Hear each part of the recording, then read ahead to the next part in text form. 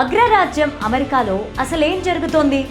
White హౌస్లో పేలిన ఆ తుపాకీ గుండు వెనుక ఉన్నది అంతకుడా లేక అదొక ముందస్తు ప్లానా? మొన్న ఇరాన్ విషయంలో ఏఐతో అడ్డంగా దొరికిపోయిన ట్రంప్ ఇప్పుడు సానుభూతి కోసం ఈ కాల్పుల నాటకాన్ని ఆడించారా? లోకమంతా భయంతో వణికిపోతుంటే ఇదంతా ఒక సెట్టింగ్ అని నెటిజన్లు ఎందుకు ట్రోల్ చేస్తున్నారు? అత్యంత రసవత్తరంగా మారిన ఈ ట్రంప్ వర్సెస్ ట్రంప్ వెనుక ఉన్న అరాచక సీక్రెట్ ఏంటో చూద్దాం.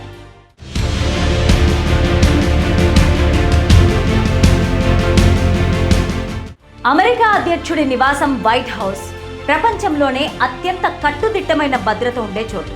అలాంటి చోట విలేకరుల విందులో కాల్పులు జరగడం అంటే ఇది మామూలు విషయం కాదు. కానీ ఈ ఘటన జరిగిన మరుక్షణమే ఇంటర్నెట్లో విమర్శల వర్షం మొదలైంది. ఇది అగ్రరాజ్యం పరుగు తీసే కుట్రనా లేక రాజకీయంగా లబ్ధి పొందేందుకు వేసిన ఎత్తుగడనా అని ప్రపంచం గందరగోళంలో పడిపోయింది.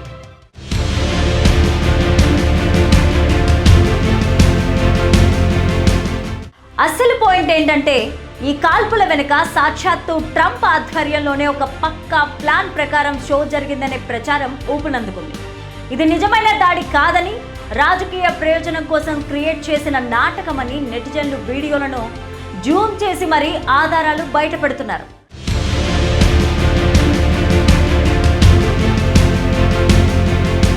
గతంలో కూడా ట్రంప్ ఇలాంటి చిల్లర వేషాలు వేసి దొరికిపోయాడు.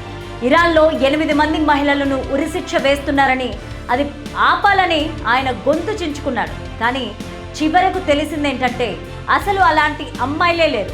కేవలం ఏఐని ఉపయోగించి 8 మందిని క్రియేట్ చేయించి అసలు సమస్యల నుంచి జనం దృష్టి మళ్లించడానికి ఆ నాటకం ఆడారు. సరిగ్గా ఇప్పుడు వైట్ హౌస్ కాల్పుల విషయంలో అదే రిపీట్ అయిందని గట్టిగా వినిపిస్తోంది. ఈ కాల్పుల వల్ల సామాన్యులు గజగజ వణికిపోతున్నారు.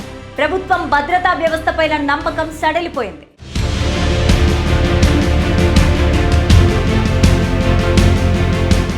ఒకవేళ ఇదంతా డ్రామా అని తేలితే ప్రజాస్వామ్యానికే పెద్ద ముప్పు. రాజకీయ లబ్ధి కోసం ప్రజల ప్రాణాలతో, దేశ పటిష్టతతో ఆటలాడడం అత్యంత ప్రమాదకరమని అంతర్జాతీయ సమాజం ఆందోళన వ్యక్తం చేస్తోంది. నిజమేంటో తెలియక ప్రజలు గందరగోళంలో ఉన్నారు. ఈ షూటింగ్ కథ అమెరికా రాజకీయాలను కొత్త మలుపు తిప్పబోతోంది. ఇంటర్నెట్ యుగంలో అబద్ధాన్ని నిజం చేయడం ఎంత ఈజీనో, ఆ అబద్ధం బయటపడితే తలెత్తుకోలేనంతగా ఘోరంగా పరువు పోవడం కూడా అంతే వేగంగా జరుగుతోంది. భవిష్యత్తులో ప్రజలు ఏ నాయకుడిని నమ్మలేని పరిస్థితి రాబోతోంది. రాజకీయాలు ఒక సినిమాలా మారిపోతున్నాయనడానికి ఇదే నిదర్శనం.